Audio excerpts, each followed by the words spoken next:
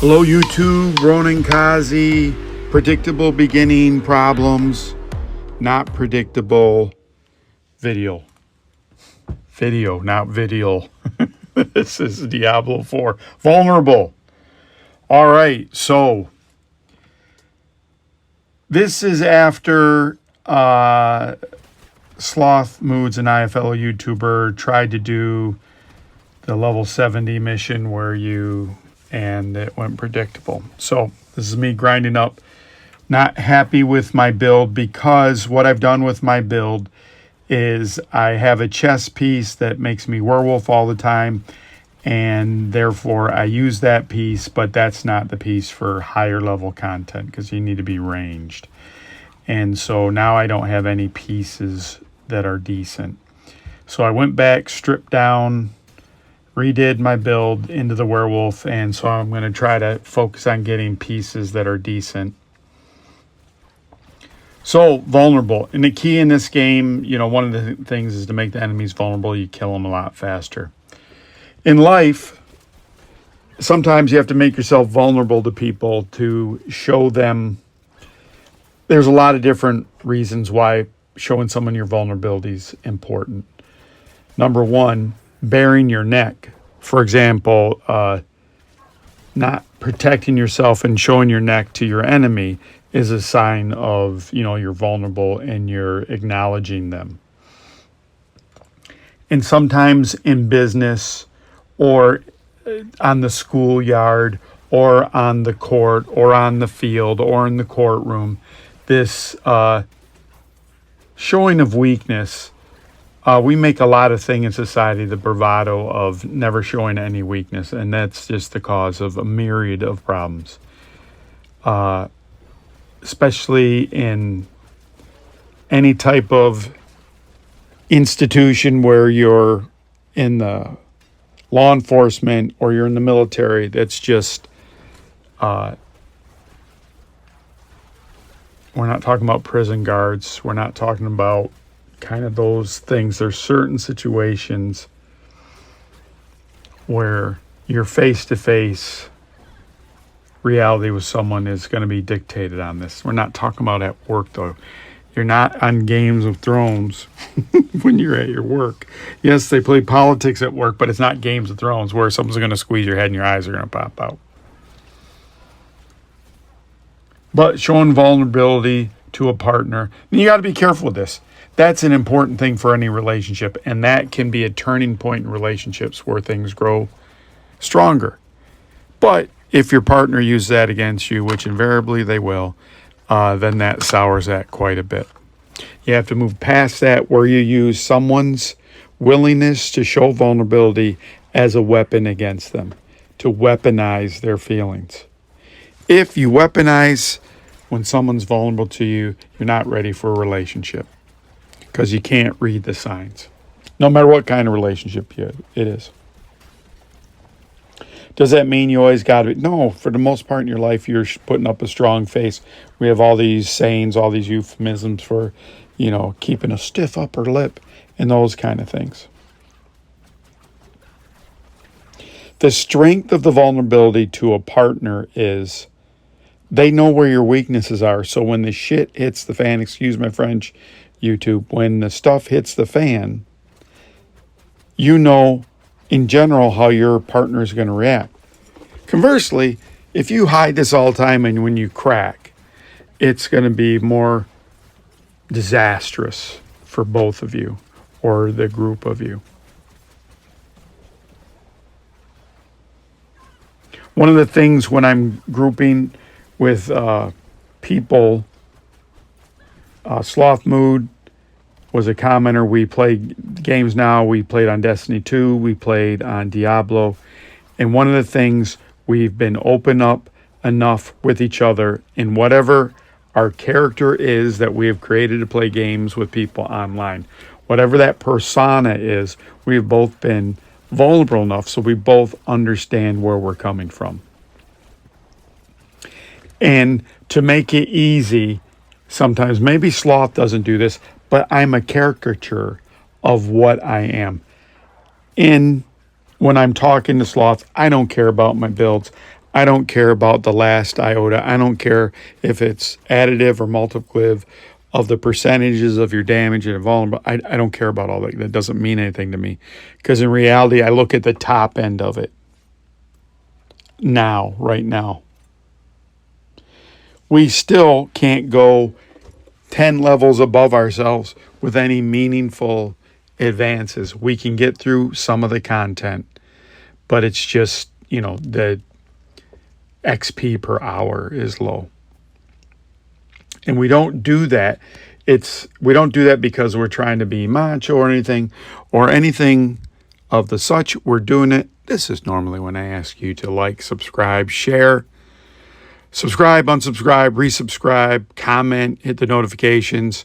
We don't do it for any reason we're doing it to gauge our builds and those kind of things. And there was a while I had a build that was fantastic, that I could get through anything. I got these two unique pieces, one for a werebear and one for a werewolf, and I use those now. And what the problem is, when you get in higher level content, you need to be able to kite or strafe or do range damage, make things vulnerable at range damage, at ranged, so that you can damage them. And I don't have that now. When I'm a werewolf, I have a generator. Now, in the iterations of me getting to a point where I have a build, I've kind of messed up the build because I'm always tweaking it, and now I've tweaked myself right out of my sweet spot, so I had to reset everything. Think about this in your life when you're vulnerable with a partner, a friend, or whoever. Sometimes you might go too far and you have to reset it. Maybe the person started taking advantage of you. Maybe the person is a little bit trite with what you're sharing, because when you're vulnerable, things are going to cut to the bone more. And when you want to find the quote-unquote love of your life, if you want to find someone that understands you, what you're really asking is that they understand you. The you that you don't share with anyone else. The you, like they can read your mind. They know what you want.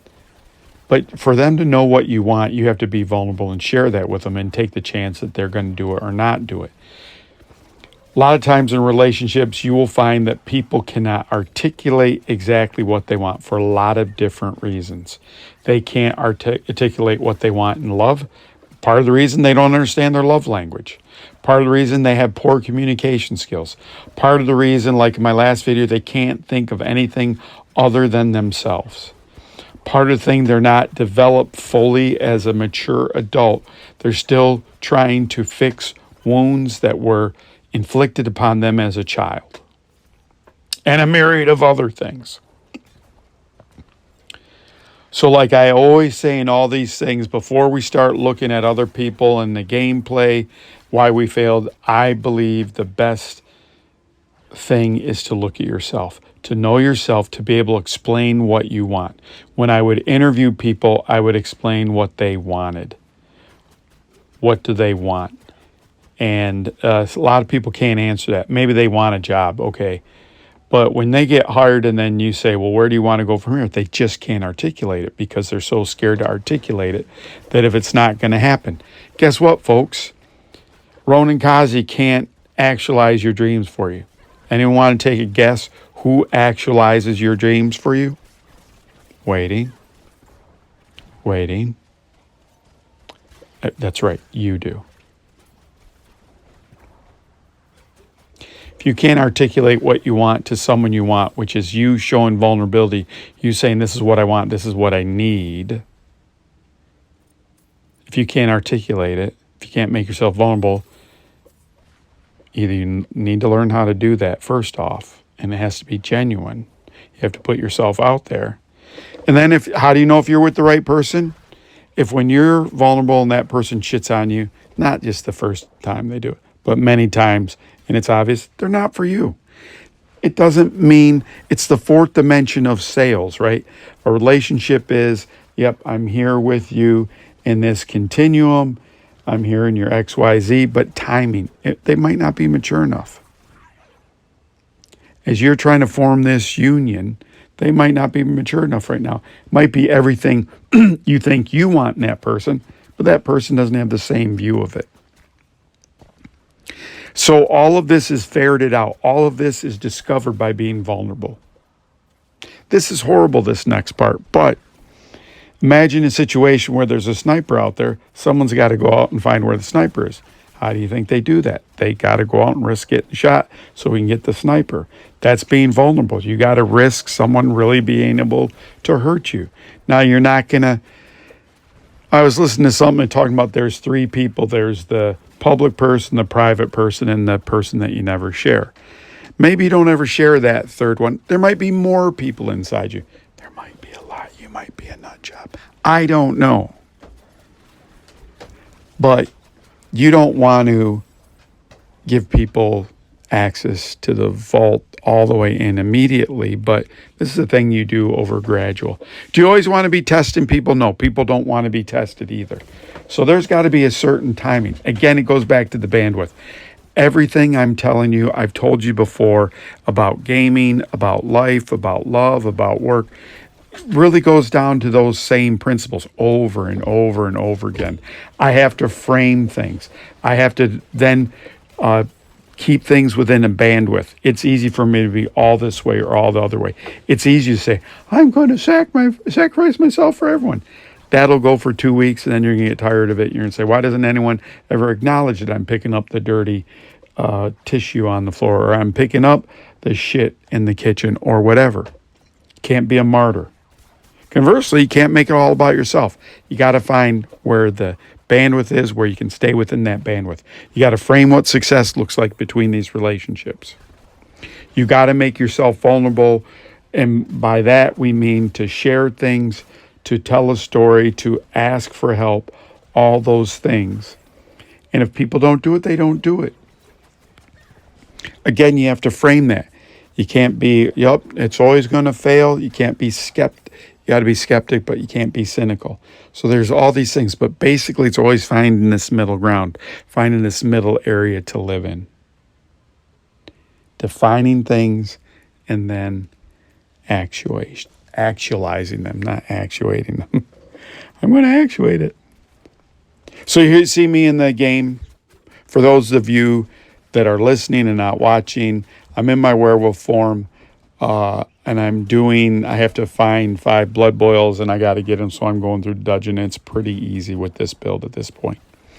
Even though I'm in tier 7, which makes the enemy level 60, I'm level 59, and it's not too hard at all. The only hard part, if someone had vampire or rabies, I had to concentrate to not just let them keep self-healing. So, do you make yourself vulnerable in a real, genuine way? Are you trying to take your relationships, your work to the next level? Work's another thing that's got to be, you got to be even more cautious. That's a public persona. You're not going to tell about what your desires are, your very personal desires. At work might be asking for help on a project. Finding someone to mentor you. Caesar, don't do it. Caesar, don't do it. Finding people to maybe mentor you. Maybe mentoring someone else. Asking for help. Taking on, volunteering for more. Those are things that you can do to make yourself vulnerable at work. Caesar, the point isn't for you to be in trouble. The point is for you to show someone that you're vulnerable, get someone on your team, they want to help you succeed, and then you move on from there. That's what the goal is in that.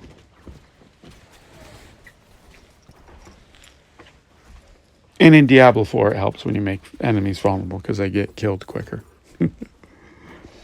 So, like everything, you got to find the right amount. And that amount fits for you. I try to give you these tools. These tools, in my mind, are all interlinked. If you don't understand the interlinks, I'm not explaining it well enough, then please, that's something you would maybe ask me to expound on more. But this is Ronan Kazi. Thank you, YouTube. Talk to you soon. Bye.